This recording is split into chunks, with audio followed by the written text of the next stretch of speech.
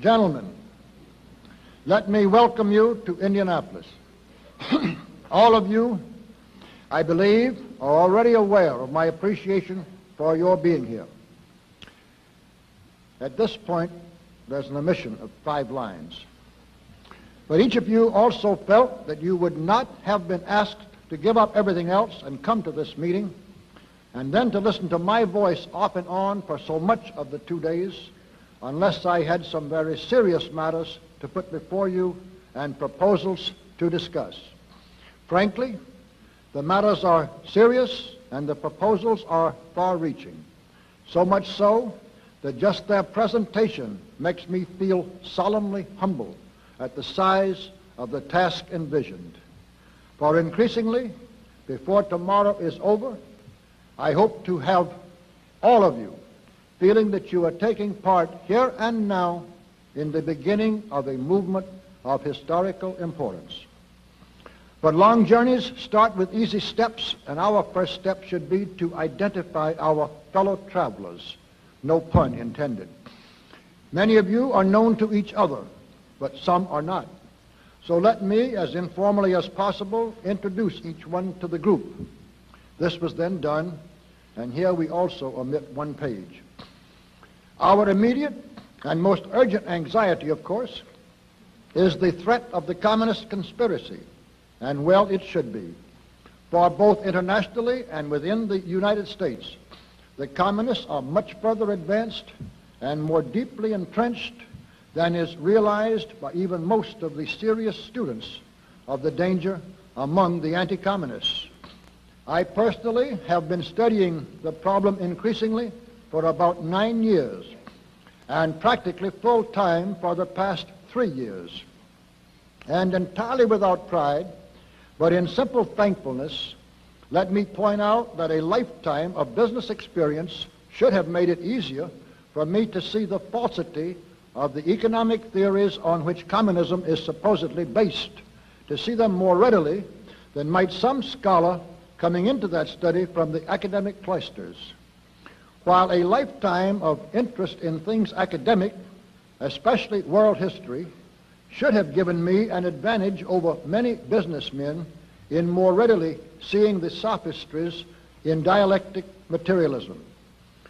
So I have felt, rightly or wrongly, that my grasp of communist purposes and even of their methods should have been more rapid than that of some of my patriotic friends who have gradually become staunch anti-communists. Yet almost every day I run into some whole new area where the communists have been penetrating and working quietly for years, until now they are in virtual control of everything that is done in that slice or corner of our national life.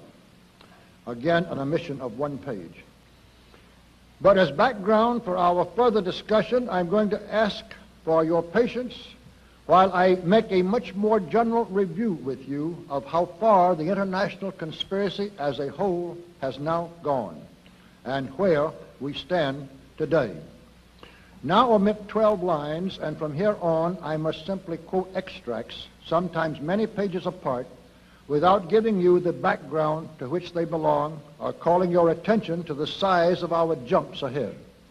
But we do ask you again, in order to avoid confusion, please to remember that all of those lines were written and then spoken in the fall of 1958. Section 1, look at the score. Throughout all history, the bearer of bad news has been a most unpopular person. So I certainly am not seeking any garlands of popularity at present. For the truth I bring you is simple, incontrovertible, and deadly. It is that we are living in America today in such a fool's paradise as the people of China lived in 20 years ago, as the people of Czechoslovakia lived in a dozen years ago, and as the people of Iraq lived in only yesterday. And as George Santayana so brilliantly pointed out, those who will learn nothing from history are condemned to repeat it. Lenin died in 1924, but before he died, he had laid down for his followers the strategy for this conquest. It has been paraphrased and summarized as follows. First, we will take Eastern Europe. Next, the masses of Asia. Then we shall encircle the last bastion of capitalism, the United States of America. We shall not have to attack. It will fall like overripe fruit into our hands. To make doubly clear what he meant and how firmly he meant it with regard to taking Asia ahead of Western Europe, and then using Asia as a stepping stone and base from which to conquer Western Europe and the rest of the world, the strategy was also stated that for the communists, the road to Paris led through Peking and Calcutta. Today you can easily see how that road to Paris is leading back from Peking through Calcutta, Cairo, Damascus, Baghdad, and Algiers. Now, gentlemen, there are many remarkable things about that three-step strategy, but the most remarkable is that the communists have never wavered from it one iota. They have used the philosophy of socialism as an ideological weapon in this struggle whenever they could and for whatever it was worth. But they've also used bribery, lies, bluff, brutality, the countless tentacles of treason, murder on a scale never before dreamed of in the world, and every possible means to advance them on this road without the slightest concern for any moral difference in those various means. And above all, they have used patience. A patient gradualism has been the most important key to the communists' overwhelming success. And in October 1950, Stalin's lackeys formalized their puppet state of East Germany. By this time, of course, there were other takeovers going on in other parts of the world, as we shall see. But we are dealing here only with Europe, and East Germany finished the job there as it had been planned by Lenin 26 years before. The communists now had Eastern Europe entire, and the first step of their three-step program was complete. Next was Asia. Actually, the anti-communist position is crumbling rapidly everywhere in Asia. If you will look at a map of Asia with all of these countries properly shaded, I think you will agree with me in my estimate of the communist progress. It is that they have already gone 3/4 of the way towards the completion of the second step in their three-part program. Now let's consider the rest of the world. It is with the benefit of this realistic background, therefore, that I venture to offer the following opinion. It is that the communists, through long and careful and insidious preparation, have already gone at least 1/4 of the way towards the accomplishment of their third and final step, which is taking over this country. And with it, of course, the rest of the world. Now, 1 + 3/4 + 1/4 adds up to 2 out of that total of 3. And not to believe that the communists are already 2/3 of the way towards carrying out their total program, or that they are not now moving at an accelerated pace and with increased momentum to finish the job, is to close your eyes to the plain facts, as surely as did the good people of Czechoslovakia in 1948, and with the same, ultimately, fatal results. Now, please note, gentlemen, that the communists have never made any of this immense progress by the direct use of force. They have beguiled Chinese into fighting Chinese, Koreans into fighting Koreans, Vietnamese into fighting the French and each other, the Israelis, British, and French into fighting Egyptians, the Algerians into fighting the French. They have even maneuvered Americans into fighting Chinese communists in Korea with the Americans' hands tied behind their backs. But not one Russian regiment has ever taken part in any of this imperialistic advance, except for the suppression of rebellion in already conquered territory, as in Hungary. There are 3 possible methods by which the communists might take us over. One would be by a peaceful coup d'etat, as in Czechoslovakia in 1948. The second method would be by fomenting civil war in this country and aiding the communist side with military might. But there is a third method, which they are clearly relying on most heavily. And this is taking us over by a process so gradual and insidious that communist rule is slipped over so far on the American people before they ever realize it is happening. The process in that direction is going on right now, gradually but surely, and with ever-increasing spread and speed. A part of that plan, of course, is to induce the gradual surrender of American sovereignty, piece by piece and step by step, to various international organizations, of which the United Nations is the outstanding but far from the only example. But another part is the conversion of the United States into a socialist nation, quite similar to Russia itself in its economy and political outlook, before police state enforcement is ever introduced. The best way to explain the aim here is simply to quote the directive under which some of the very largest American foundations have been secretly but visibly working for years. This directive is so to change the economic and political structure of the United States that it can be comfortably merged with Soviet Russia. Now, here are the communist aims for the United States. 1, greatly expanded government spending for every conceivable means of getting rid of ever larger sums of American money as wastefully as possible. 2, higher and then much higher taxes. 3, an increasingly unbalanced budget despite the higher taxes. 4, wild inflation of our currency. 5, government controls of prices, wages, and materials, supposedly to combat inflation. 6, greatly increased socialistic controls over every operation of our economy and every activity of our daily lives. This is to be accompanied naturally and automatically by a correspondingly huge increase in the size of our bureaucracy and in both the cost and reach of our domestic government. 7, far more centralization of power in Washington and the practical elimination of our state lines. There is a many-faceted drive at work to have our state lines eventually mean no more within the nation than our county lines do now within the states. 8, the steady advance of federal aid to and control over our educational system, leading to complete federalization of our public education.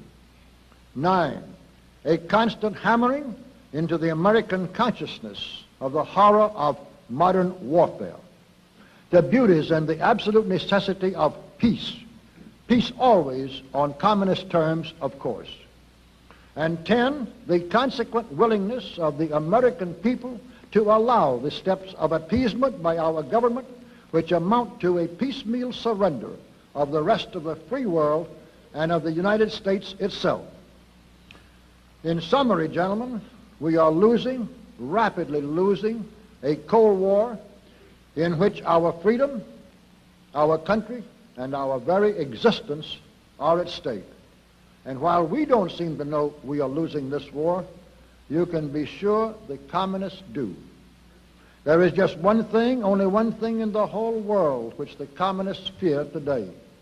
It is that despite their tremendous influence in our government and over all of our means of mass communication, the American people will wake up too soon to what has really been happening and what is now happening right under their very noses.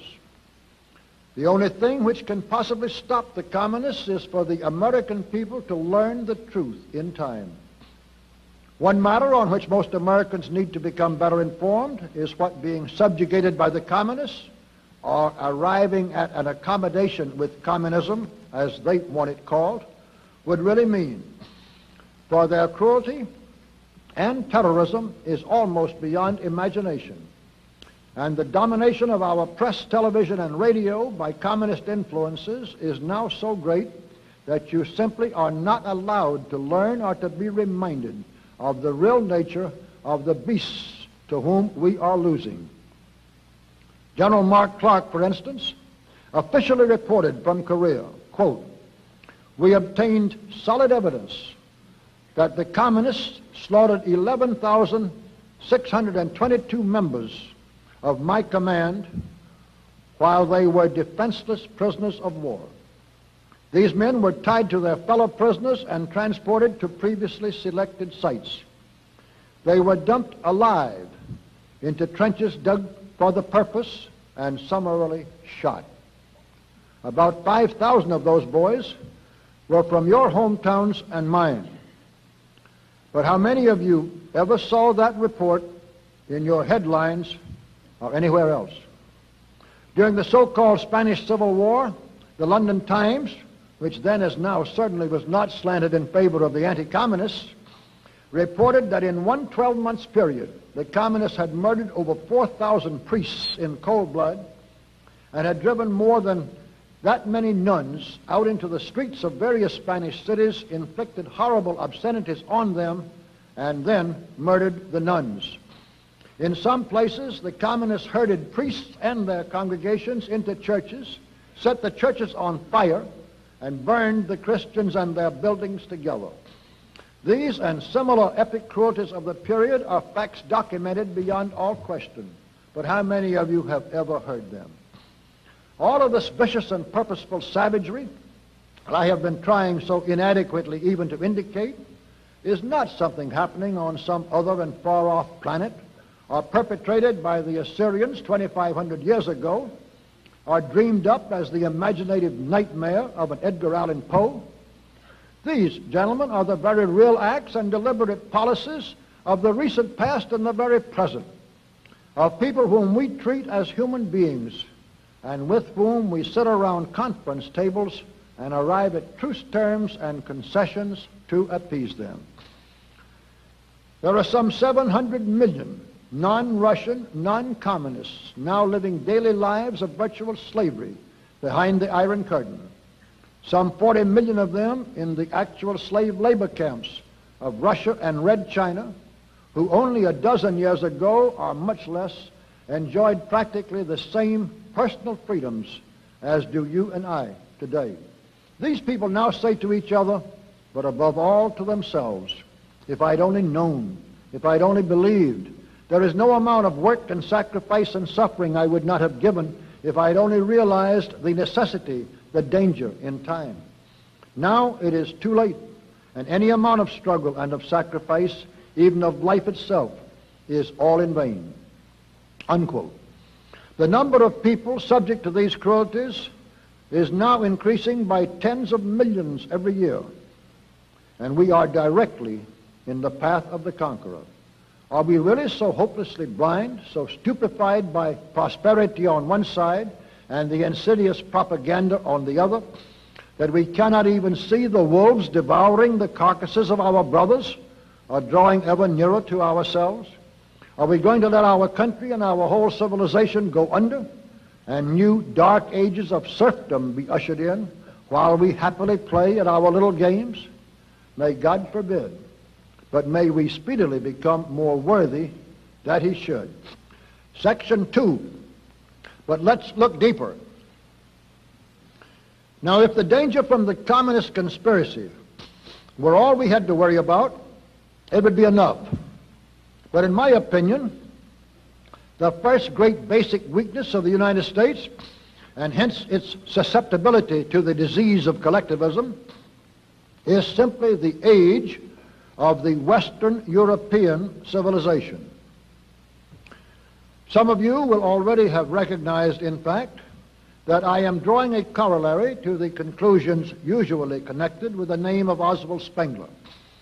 Spengler's theory is absolutely fatal to the acceptance of socialism or any form of collectivism as a forward step or as a form of progress in man's sociological arrangements.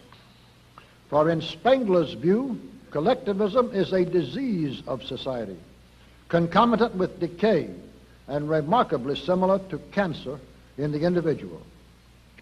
The Roman Empire of the West, for instance, started dying from the cancer of collectivism from the time Diocletian imposed on it his New Deal. And it is perfectly evident, right in the cases of the various civilizations that we know most about, that both the Greek and the Roman civilizations did perish of the cancer of collectivism, and that the civilization of Western Europe is doing so today. It was Western Europe which made the last half of the 19th century the period of the highest level to which man has yet climbed in his struggle to reach an enlightened and humane life. But, as so often happens for the individual, by the time Western Europe had the knowledge, the wealth, and the ability to get the most out of life, it was ready to die. The truth is that by a cycle which seems inevitable, whether it is a biological reality or only an analogy, Western Europe was worn out. And under those circumstances, the degenerative disease of collectivism, the cancer of social organizations, began its peripheral infiltration. The American civilization was every bit as much of an entirely new and different civilization from the old and ancestral one of Western Europe as was Rome, a new civilization distinct from Greece. And this American civilization at the turn of the present century was only 300 years old. It had the strength and vigor and promise of a healthy young man in his late teens. There was no reason on earth for any such organism to be attacked by and then start succumbing to the cancerous disease of collectivism at that stage of its young manhood with its whole lifespan of accomplishment before it. But we have the cancerous disease of collectivism firmly implanted now nevertheless. We have people feeling that nothing should be done by them, but everything for them by the government. Its disastrous ravages are quite far advanced. And we have it basically because of too long and too close an association with a parent that was dying of the disease, that was old enough and weakened enough for the virus to be rampantly active throughout this parent's whole environment. When Woodrow Wilson, cajoled and guided even then by the collectivists of Europe, took us into the First World War while solemnly swearing that he would never do so, he did much more than end America's great period of happy and wholesome independence of Europe. He put his healthy young country in the same house and for a while the same bed with this parent who was already yielding to the collectivist cancer. We never got out of that house again. We were once more put back even in the same bed by Franklin D. Roosevelt, also while lying in his teeth about his intentions. And we have never been able to get out of that bed since. Push the communists back. Get out of the bed of a Europe that is dying with this cancer of collectivism and breathe our own healthy air of opportunity, enterprise, and freedom. Then the cancer we already have, even though it is of...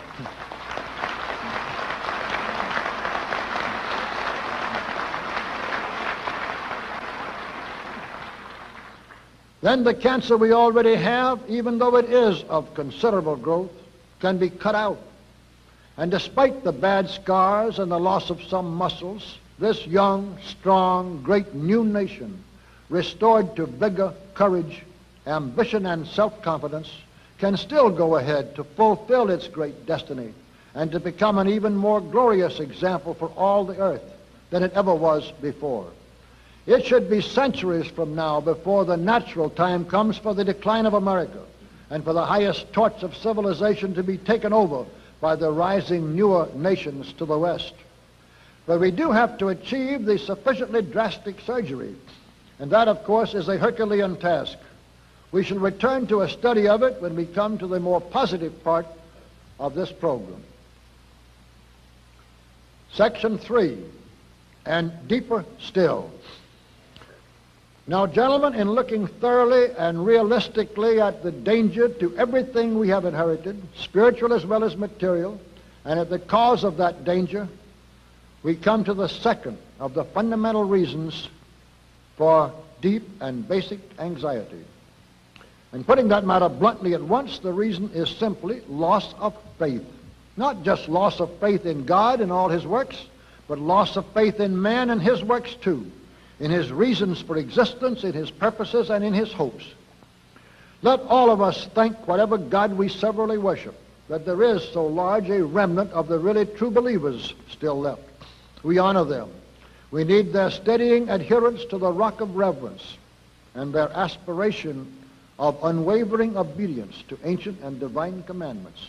We desperately need their unshakable confidence in absolutes, in eternal principles and truths, in a world of increasing relativity and transitoriness in all things.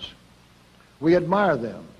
In fact, as will become more clear tomorrow, the young man I admire most of all of those America has produced was a fundamentalist Baptist missionary named John Birch. But we must not let our admiration for, dependence on, and feeling of spiritual kinship with the fundamentalists blind us to the visible fact that their number grows smaller every year. Among the people literate enough and ambitious enough to be activists in Europe and America, those who are honestly true believers in a faith which most of them still profess is an ever smaller minority. What is far worse, fully 1/3 of the services in at least the Protestant churches of America are helping that trend. Some ministers have converted Christianity into a so-called social gospel, which becomes in fact indistinguishable from advocacy of the welfare state by socialist politicians. And some actually use their pulpits to preach outright communism, often in very thin disguise, if any, while having the hypocrisy as atheists to thank God in public for their progressive apostasy. We must not only know the truth, but face the truth if it is to set us free or to keep us so. Except for the diminishing number of fundamentalists of all religions, all faith has been replaced or is rapidly being replaced by a pragmatic opportunism with hedonistic aims. And what a fall that is for a race which can boast of once having listened to a St. Augustine, a St. Francis of Assisi, a John Milton, or an Alfred Tennyson. In Western Europe and America today, we are living in a spiritual vacuum, exactly as were the Romans after they had lost any real faith in their pagan gods and before the rise of Christianity. The most terrible result of this collapse of the rock of faith on which our morality was built is the rise of the amoral man, of which the usual communist himself is the most illustrative example.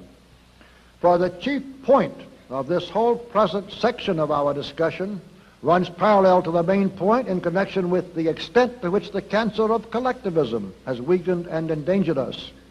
Besides the short-term job of eliminating the communist danger, we have the equally important longer-range job of ending this mass psychological flight towards amorality and of restoring convincing reasons for men once again to strive to live up to moral and humanitarian ideals.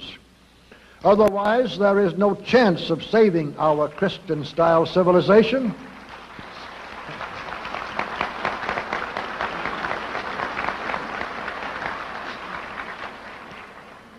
Otherwise, there is no chance of saving our Christian-style civilization from self-destruction.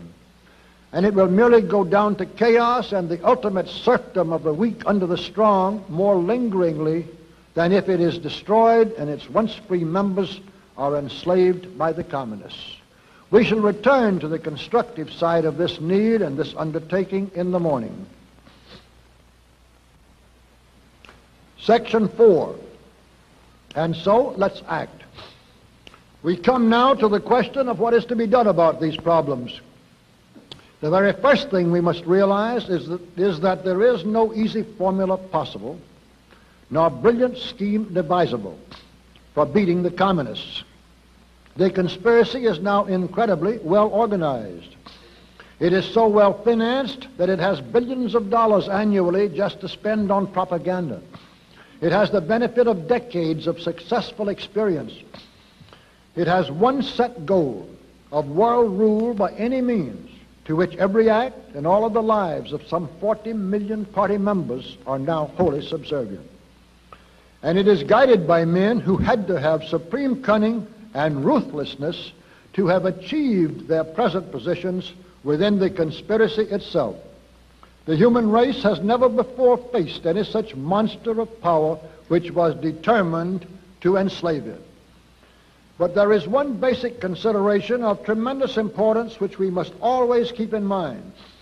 This is that communism has been imposed and must always be imposed from the top down by trickery and terror, and that it must then be maintained by terror Truth, reality, human instinct, and the overwhelming weight of human desire are on our side.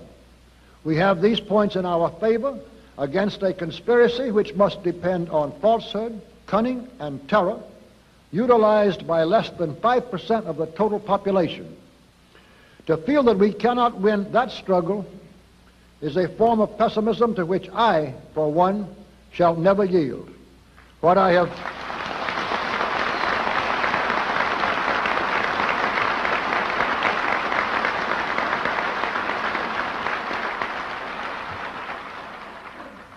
have chiefly intended this brief introduction to lead to, therefore, is the realization that every effort we undertake, every battle we fight, even if we lose it, and every sacrifice we make is cumulative. Every bit of dedication to the cause is worthwhile. Obviously, the place for us to begin is in the United States, because the American support of the international communist conspiracy is now the backbone of its strength and has been for many years. If and when we can reach the point of turning just the American government from actively helping the communist conspiracy everywhere in the world, we shall have won a most important battle in the war ahead. The amount of work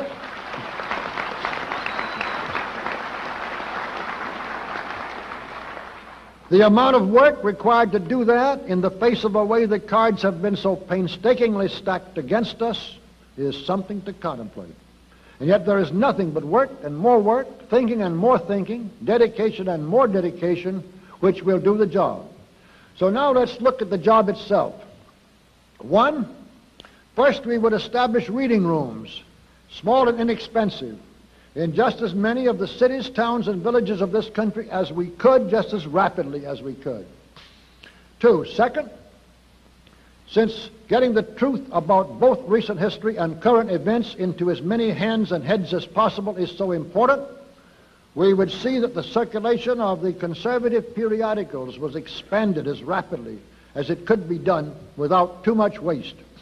3, we would do everything we could to support, maintain, increase the number of stations used, and widen the audiences of such radio programs as those of Fulton Lewis, Clarence Mannion, and dozens of more localized broadcasters throughout the country. 4, we would institute the organized planning and control to make full and effectively coordinated use of the powerful letter-writing weapon that lies so ready at hand. 5, we would organize fronts, little fronts, big fronts, temporary fronts, permanent fronts, all kinds of fronts.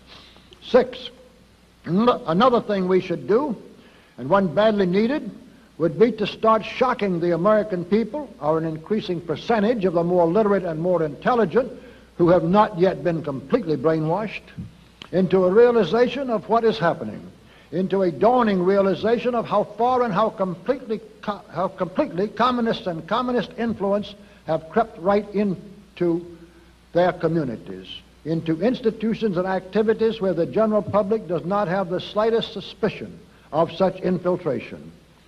The best way to do this is by exposure, which is why the communists just had to get rid of McCarthy and went to such extreme lengths to do so.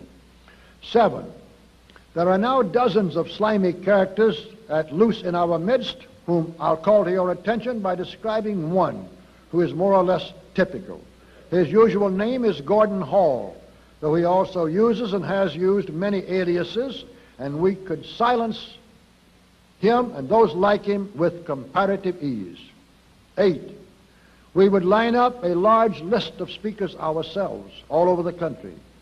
9, ninth and current in this listing would be our undertakings on the international front.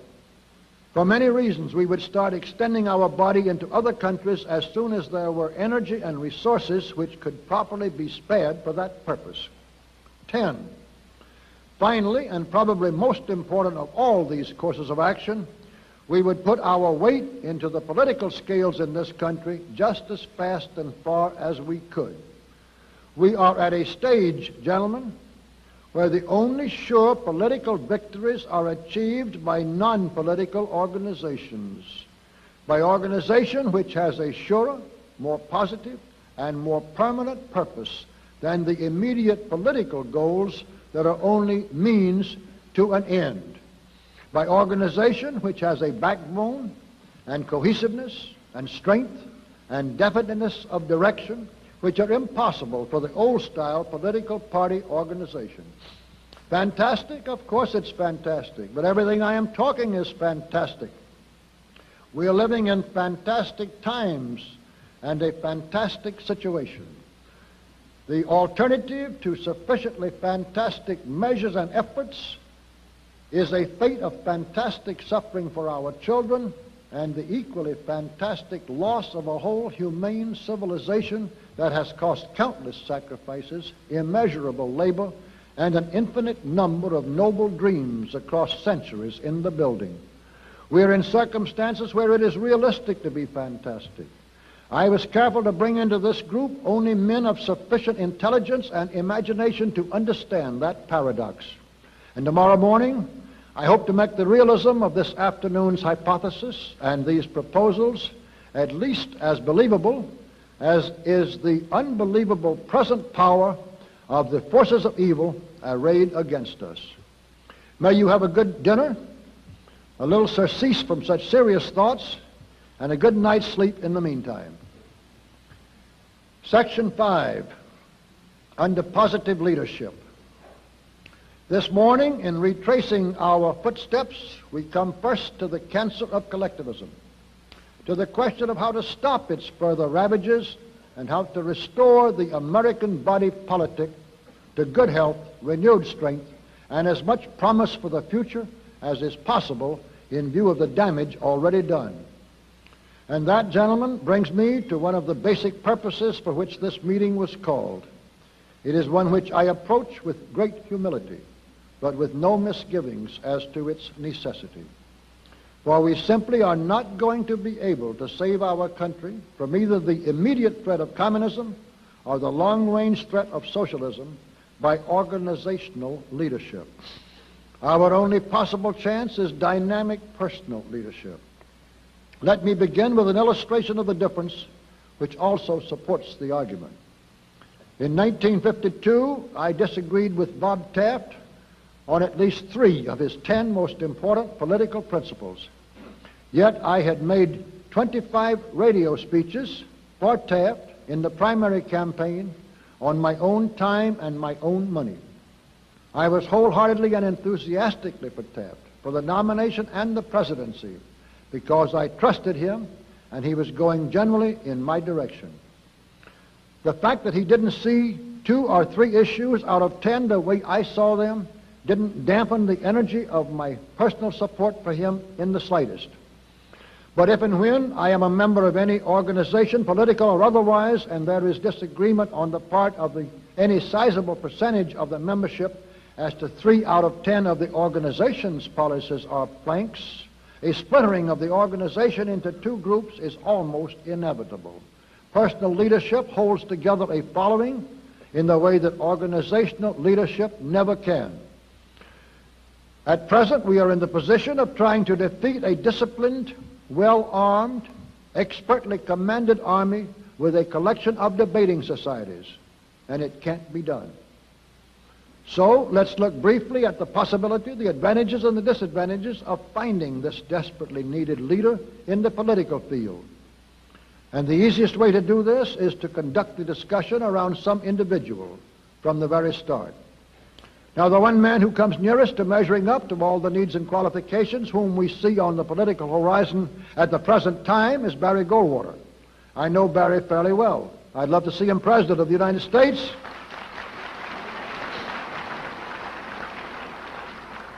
I'd love to see him President of the United States, and maybe someday we shall. But does anybody in this room think there is any slightest chance of Barry Goldwater supplying the dynamic overall leadership needed to save this country for anybody to be president of? If so, I think he is still not fully aware of the nature and totality of the forces at work. For Goldwater, by the very circumstances of his political success, present prestige, and the expectations of his supporters, will inevitably think and move in terms of political warfare. even if he personally should reach the point and the understanding of wanting to consider political action as just a part, no matter how important, of much broader overall action, how much chance do you think there is that his friends and supporters would let him step out of the strictly political role in which he has been so successful? How much chance is there that they would let him build and utilize forceful leadership on all of the other fronts where we must fight the communists? How many of the steps which we discussed yesterday afternoon, and which I am sure must be taken if we are to have any chance at all, do you think you could count on Barry Goldwater's leadership to bring about, no matter how much he was beseeched and no matter how much he himself came to feel inclined to do so? Or more for the other illustrative points that will arise than for any hopes offered by the prospect, let's look at Richard Nixon in this connection. He's an extremely smart man. He is one of the ablest, shrewdest, most disingenuous, and slipperiest politicians that ever showed up on the American scene.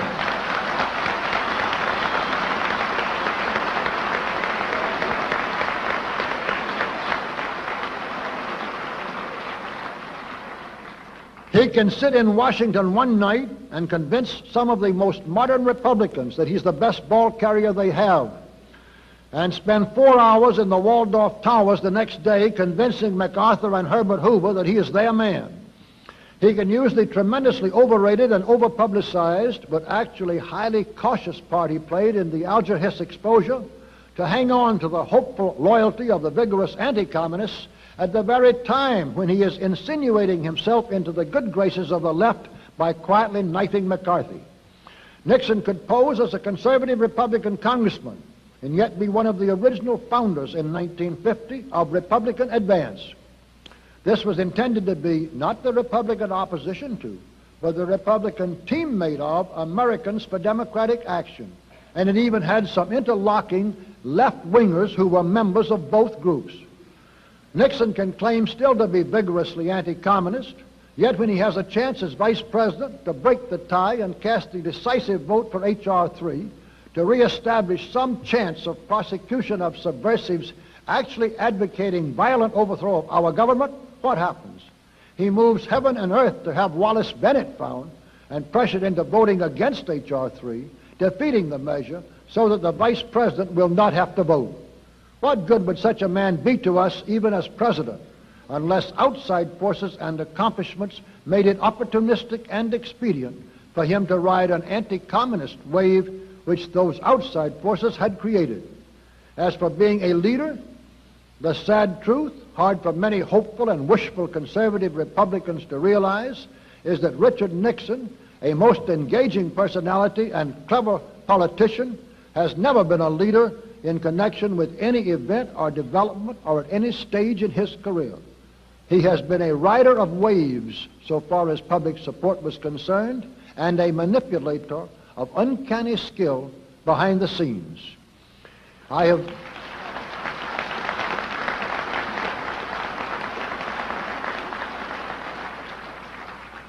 have made these remarks here in this really inner circle group in order to emphasize the wisdom of the old advice, put not your faith in politicians. I am thoroughly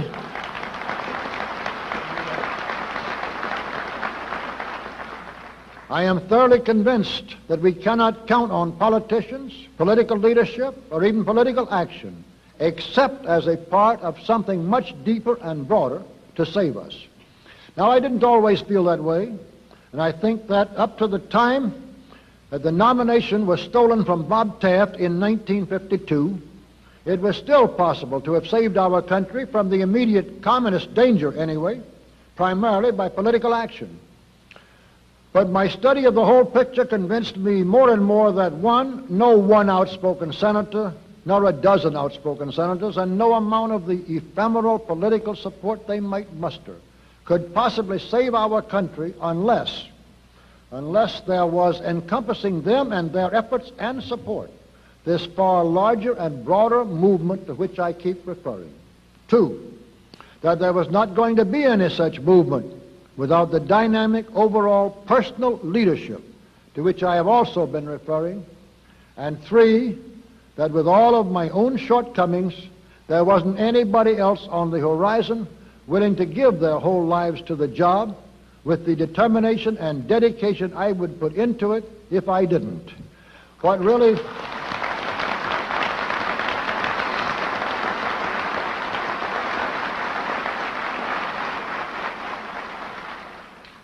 moved me to cross this Rubicon, however, the consideration which more than any other gradually brought me the necessary measure of courage and determination for so staggering an undertaking, was another result of many years of study of not only the present but the past.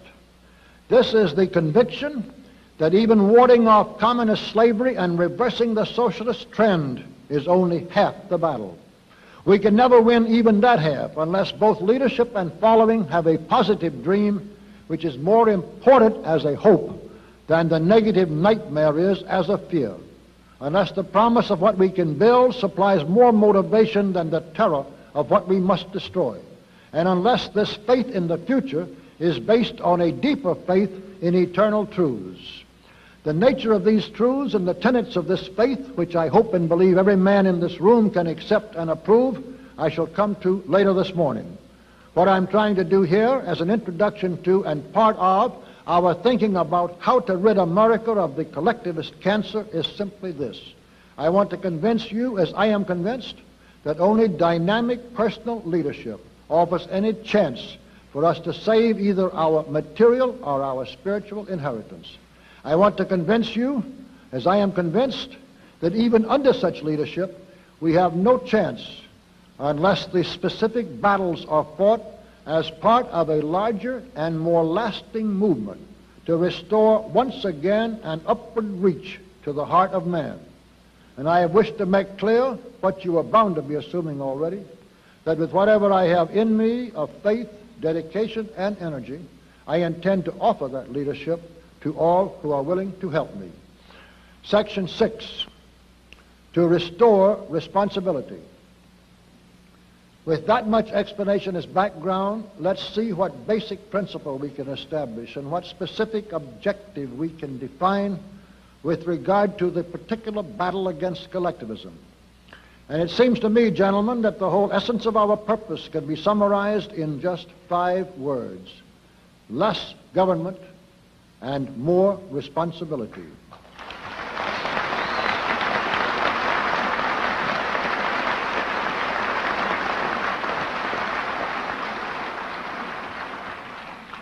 The principle is simple enough for all to understand, and yet it is broad enough, I believe, to be comprehensive with regard to all that we really desire to attain through political action. We must try to make it a convincing political standard and an accepted goal. What we must start asking our fellow citizens everywhere to consider is this: on the basis of all known past human experience, are there any general conclusions with regard to the organization of society which can be set forth with confidence? It seems to me clear that there certainly are. 1. First, government is necessary. Some degree of government in any civilized society.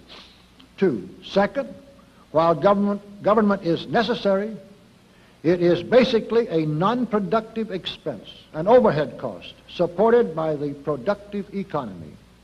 3. Third, government is frequently evil. 4.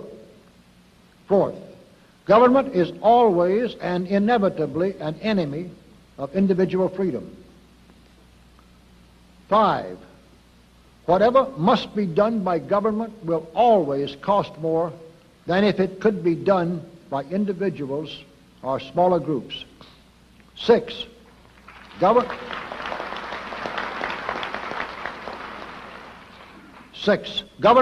by its size, its momentum, and its authority, will not only perpetuate errors of doctrine or of policy longer than they would otherwise retain acceptance, but it will multiply their effect on a geometric scale as against the arithmetical cumulative effect of those errors if confined to individuals or smaller groups. 7. As any society becomes reasonably settled and shakes down into a semi-permanent pattern of economic and political life, the drive always begins to have government become the management of the social enterprise rather than merely its agent for certain clear purposes. Yet a government trying to step in and improve the working of a free market is exactly like a man who takes a lighted lantern outdoors at noon of a bright June day to show you the sun. 8.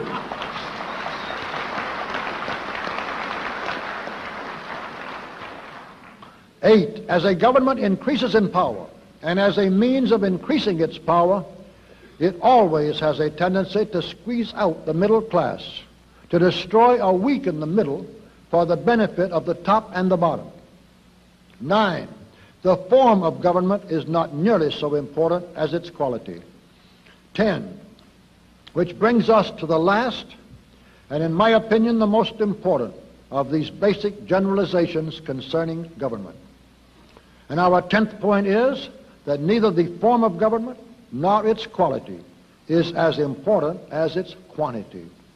The increasing quantity of government in all nations has constituted the greatest tragedy of the 20th century.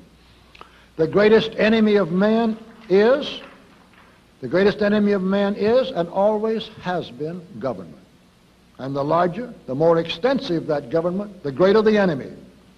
The communists believe that a collectivist society should swallow up all individuals, make their lives and their energies completely subservient to the needs and the purposes of the collectivist state, and that any means are permissible to achieve this end. The true Americanist believes that the individual should retain the freedom to make his own bargain with life and the responsibility for the results of that bargain, and that means are as important as ends in the civilized social order which he desires. There are many stages of welfarism, socialism, and collectivism in general, but communism is the ultimate state of them all, and they all lead inevitably in that direction. In this final state, communism, you have a society in which class distinctions are greater than in any other, but where position in these classes is determined solely by demagogic political skill and ruthless cunning. And you have a society in which every fault of government that we have discussed above is held to be a benefit and a desirable part of the framework of life. But there is an exactly opposite direction. This direction leads toward a governmental environment for human life founded on the basis of long experience with government, on experience which shows government to be a necessary evil, but a continuous brake on all progress and the ultimate enemy of all freedom. It is the forward direction, the upward direction, and Americanism, I hope, shall become its name. Section 7. And help to build a better world. We are the music makers, and we are the dreamers of dreams. We, in the ages lying in the buried past of the earth, built Nineveh with our sighing, and Babel itself with our mirth, and overthrew them with prophesying to the old of the new world's worth. For each age is a dream that is dying, or one that is coming to birth. For the last 50 years, our age has been a dream that was dying. To this very group, at this very moment, I am proposing that we turn our faces forward instead of backward, begin to make even our defensive actions fit into a constructive design, and do our part to usher in a new age that is coming to birth. Now, I don't expect the New York Times to begin announcing excitedly in January that obviously the world started on a new era in Indianapolis in December 1958. Of course, it is only the work we do afterwards, the work we persuade and inspire others to do, and the long results and widening reach of both, that can make of this meeting anything but a 2-day seminar in philosophy and current affairs. But if every man here should leave tonight feeling in his own mind that he had been at the beginning of a new chapter in history, it would be true. It would be true no matter how long the historians might take to find it out. The basic reason why our old age is dying, as I tried yesterday to make clear, is that the faith which was the core of its strength no longer commands the unquestioning loyalty of enough of its devotees. For the dream of any nation or any people must depend on faith. The foundation of our new dream must be faith, or it will never come to pass. Where is this faith, and what is this faith? So true that neither our hearts nor our reasons can deny it, so broad that it takes in without violation the faith of our fathers, and so deep that it can inspire martyrdom at need. As to where, it's right in front of us.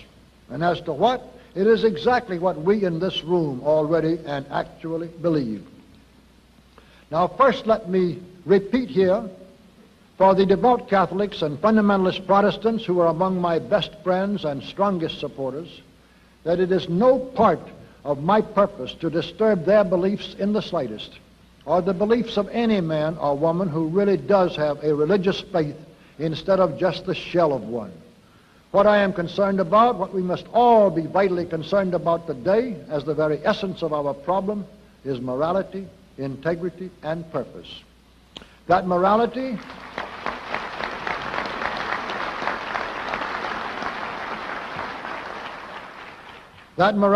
must be based on a bedrock of faith.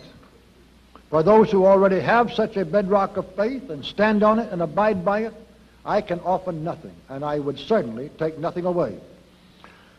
But for those who are no longer sure exactly where they do stand, on what rocks or how firmly, I want to try to show them that all of these bedrocks together constitute a foundation with room and strength for us all. For unless we willingly anchor our moral judgments to eternal truths, we become just chaff, blown all ways before the winds of confusion. For I doubt not through the ages one increasing purpose runs, that there is a purpose in man beyond anything called for by his individual needs, and far greater than his personal desires, can be not denied only by the most depraved maniac or the most ignorant fool. One of the best summarizations of the force and beauty and eternal quality of that purpose is contained in William Herbert Caruth's Each in His Own Tongue, which I should like to recall to your minds. A picket frozen on duty, a mother starved for her brood, Socrates drinking the hemlock, and Jesus on the rood, and millions who, humble and nameless, the straight, hard pathway plod. Some call it consecration, and others call it God. Who can read that, realize the incontrovertible and wonderful truth of the story of man's purpose at work, which the poet tells, and fail to feel reverently bound to serve that same purpose faithfully and well? What is that purpose? And this too has been summarized by yet another poet in just one brilliant line: Thou hast put an upward reach in the heart of man. Not only are we a part of some mighty purpose beyond our understanding, and not only do we have a clear duty to be true to that purpose to the fullest extent that we are allowed to grasp its workings and its direction, but all human experience shows that the total happiness of any generation and of its posterity is directly tied to the respect of that generation for the upward reach in man's nature. We have all the reason here that man can ask, divine or human or pragmatic, for keeping our consciences attuned to the emotions and impulses which increase man's upward reach, and for then obeying those consciences, obeying by commission as well as omission, to the utmost of our respective will powers and abilities. The substance of my conscience, as I believe it is really the substance of the conscience of every man in this room, was gratitude and a corresponding sense of responsibility.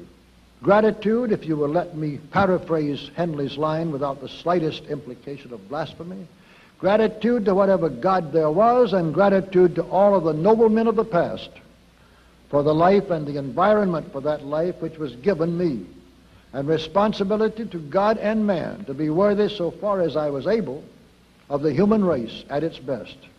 And gentlemen, what firmer foundation can we possibly need for the faith on which to build our new age and with which to inaugurate the dream that is coming to birth?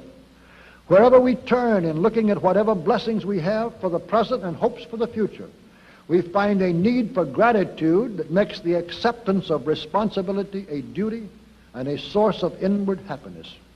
Consider, for instance, and for an instant, the blessing of freedom. Kipling once wrote truly, "All we know of freedom, all we need to know, this our fathers won for us long and long ago." Are we, as Lowell put it, going to be traitors to our sires and lose that freedom for our children and their children? Macaulay had Horatius say, "And how can man die better than facing fearful odds for the ashes of his fathers and the temples of his gods?" And so we ask ourselves in simple sincerity, if it becomes necessary, just how can man die better? Especially if in doing so he appreciably reduces the odds faced by his compatriots in their fight against the overwhelming forces of evil threatening us today. But it is not even to the martyrs, perhaps, that we owe the most. There have been missionaries and scholars, the Catholic monks of the Middle Ages, poets and philosophers, builders and explorers, statesmen and scientists throughout centuries receding into the unknown past, who have toiled and dreamed and sacrificed and died that you and I might have the comforts and freedoms and hopes that we enjoy now in so fair and happy a land. One of the worst and most sad and disturbing traits of many of our young people today is that they take their inheritance for granted and have no thought of its cost. This is a vital part of the moral breakdown that is endangering our civilization. It shows how basic and necessary a component of faith is man's feeling of continuity and gratitude. Let us, with a faith for the future based on this very principle of gratitude to God and man, lived up to by ourselves, and made a living and articulate faith for others by both example and teaching. Let us try to bring many of these young people who are now at loose ends because of their lack of any faith back into the conscious current of man's increasing purpose. For a code of honor and an ennobling sense of responsibility are themselves gifts to the human soul which have been won by its upward reach. And so, gentlemen, without any claim to goodness, wisdom, or originality, I have tried in far too short a time for so huge a subject to indicate to you the elements of a faith which I still hope and believe is shared by all of you, no matter how differently you might have explained or expressed it. It is a faith for which I have earnestly hoped that it might encompass the individual beliefs of most men of goodwill, that it might refill our ancient founts of inspiration, and that it would become a basis and a beginning of renewed dedication to a dream of man's future. Section 8, through the John Birch Society. Now, how do we go about asking men, in the words of Santayana, to trust the soul's invincible surmise? We come at long last to the question of ways and means and methods. In connection with all of these plans and aims and hopes, I am proposing, as the most immediately tangible outcome of this meeting, the formation of the John Birch Society. And I ask you not to give undue thought at present to the name. In the small packets for each of you, there are copies of my little book, The Life of John Birch. I hope you will read it when you have the opportunity. If you have not already done so, or even if you have, you will find, and I believe agree, that John Birch possessed in his own character all of those noble traits and ideals which we should like to see become symbolized by the John Birch Society, and the kind of life of peaceful opportunity and responsibility which John Birch wanted for his fellow Americans and for his Chinese friends and for all men of goodwill is exactly the kind of life we should like to see possible everywhere. It is my fervent hope that the John Birch Society will last for hundreds of years and exert an increasing influence for the temporal good and the spiritual ennoblement of mankind throughout those centuries. For I am staking my whole aspiration to play my part in forwarding man's one increasing purpose on whatever can be accomplished through it. The John Birch Society is to be a monolithic body, a Republican A Republican form of government or of organization has many attractions and advantages under certain favorable conditions. But under less happy circumstances, it lends itself too readily to infiltration, distortion, and disruption. And democracy, of course, in government or organization, as the Greeks and Romans both found out, and as I believe every man in this room clearly recognizes, democracy is merely a deceptive phrase, a weapon of demagoguery, and a perennial fraud. The fear of tyrannical oppression of individuals and other arguments against the authoritative structure in the form of governments have little bearing on the case of a voluntary association where the authoritative power can be exercised and enforced only by persuasion. And what little validity they do have is outweighed by the advantages of firm and positive direction of the society's energies. Especially for the near future and for the fight against communism, which is the first great task of the society, it is imperative that all the strength we can muster be subject to smoothly functioning direction from the top. As I have said before, no collection of debating societies is ever going to stop the communist conspiracy from taking us over. And I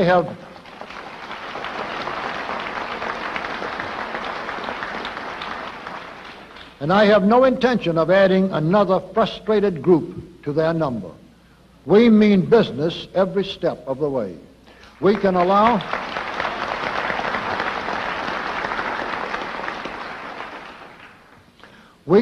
for differences of opinion. We shall need and welcome advice, and we expect to use the normal measure of diplomacy always called for in dealing with human beings. But whenever differences of opinion become translated into a lack of loyal support, we shall have shortcuts for eliminating both without going through any congress of so-called democratic processes. Otherwise, communist infiltrators could bog us down in interminable disagreements, schisms, and feuds before we ever became seriously effective. The purpose of the John Birch Society, as officially stated, will be to promote less government, more responsibility, and a better world. That says it all. Members of the John Birch Society, not only in the United States, but anywhere in the world, not only can be good patriots in their respective countries, but necessarily will be. For internationalism, as it is conceived and promoted today, is an attempt to impose more government and a more centralized one-world government on all of us everywhere. For that reason, it is automatically contrary to everything we stand for, and one of the movements we shall oppose with all the strength we can. The John Birch Society will function almost entirely through small local chapters. Each will have a chapter leader appointed through officers of the society in the field who have themselves been duly appointed by headquarters. The dues are whatever the member wants to make them, with a minimum of $24 per year for men and $12 per year for women. We shall expect the chapter leader to get all of his or her chapters together at least once a month, and in many cases oftener. And we expect the chapter leader to be in practically continuous contact with his or her members to whatever extent may be necessary. For handling the organizational mechanics of the society and for helping to form new chapters, we shall have a paid staff man with the title of coordinator for each area of the proper size. Above these coordinators, in time, we shall have supervisors with the rank or title of major coordinators, and we shall further build the organizational framework from the bottom up as made necessary by sufficient membership. We're expecting far more work and dedication and far more sacrifice of other interests on the part of those who do become members of the John Birch Society than you have ever thought of giving to any other organization which you joined or even considered joining. For unless we have the cumulative weight and effect of such solid effort and sacrifice on the part of our members as a weapon to be wielded against the communists, we are certainly not going to be able to hold on to even the increasingly confused, dark, and immoral world we now have, much less help to build a better one. So we are asking for a lot and we want you to know it if and when you sign an application blank for membership in the John Birch Society. That brings us next to a consideration as to the very nature of our undertaking, which needs to be made clear. For all revolutions, as Metternich once pointed out, begin in the best minds and work downward, while most religions begin at the bottom with the masses and gradually acquire both respectability and acceptance at the top. We are neither and both. Far from founding a religion, we are merely urging Protestants, Catholics, Jews or Muslims to be better Christians, better Jews, or better Muslims in accordance with the deepest and most humanitarian promptings of their own religious beliefs. And we are simply trying to draw a circle of faith in God's power and purpose and of man's relationship to both, which is broad and inclusive enough to take each man's specific faith into that circle without violation. Yet the evangelical fervor with which we expect our members to fight the forces of evil and work for a better world makes certain principles with regard to religious groups apply to ourselves. We are not beginning any revolution or even a counter-revolution in any technical sense, because while we are opposing a conspiracy, we are not ourselves making use of conspiratorial methods. Yet our determination to overthrow an entrenched tyranny is the very stuff out of which revolutions are made. The net result of these reflections is that we are not a copy of any movement of the past. We are unique. We are ourselves. We are something new, as befits a moving force for a new age. We believe in profiting by all human experience, but we shall make our own amalgam of the organizational metals forged by that experience with the mercury of our own purpose. Without donning sackcloth and ashes, we shall try to inspire saintly men to join our efforts to make this a better world. And without building barricades in the streets, we shall still try to rally rational men to our efforts to preserve the best of the world we already have. And now, gentlemen, I am nearing the end of the semi-formal part of this long undertaking. As to what is expected of you in either effort or money, if you're thinking of halfway measures, we might as well quit now. But I might as well also reveal my fanaticism by telling you that there is no force and no discouragement which could make me quit or even put less of my life and energy into the struggle.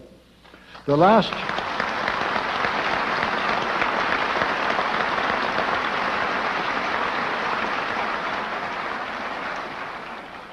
last resort of my own mind has been expressed by Louise Imogen Guinea. To fear not sensible failure, nor covet the game at all, but fighting, fighting, fighting, die, driven against the wall. I repeat, however, that we do not have to die driven against any wall, nor do we have to lose the struggle at all. As I've said elsewhere, there's enough strength, enough money, enough intelligence, and enough patriotism in the vast business community of America to form the nucleus that will stop and destroy the communist conspiracy if we can stir it to action in time. What I am proposing here is the mechanics and the leadership through men like yourselves by which it can be stirred to action and that action made effective. Let me repeat just one thing that I said to you yesterday morning.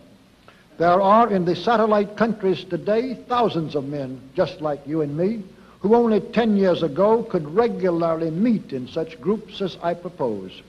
Not only that, but they could go out openly with and before larger groups to try to spread the alarm and to stop the communists from taking over their countries. These men now say to each other, but largely to themselves, if I had only known, if I had only recognized and believed the danger and the horror of communist rule in time.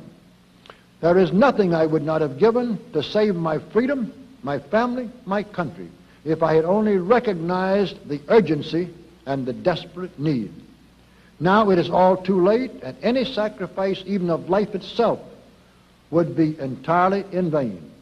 We do not have to be too late, and we do not have to lose the fight. Communism has its weaknesses, and the conspiracy has its vulnerable points.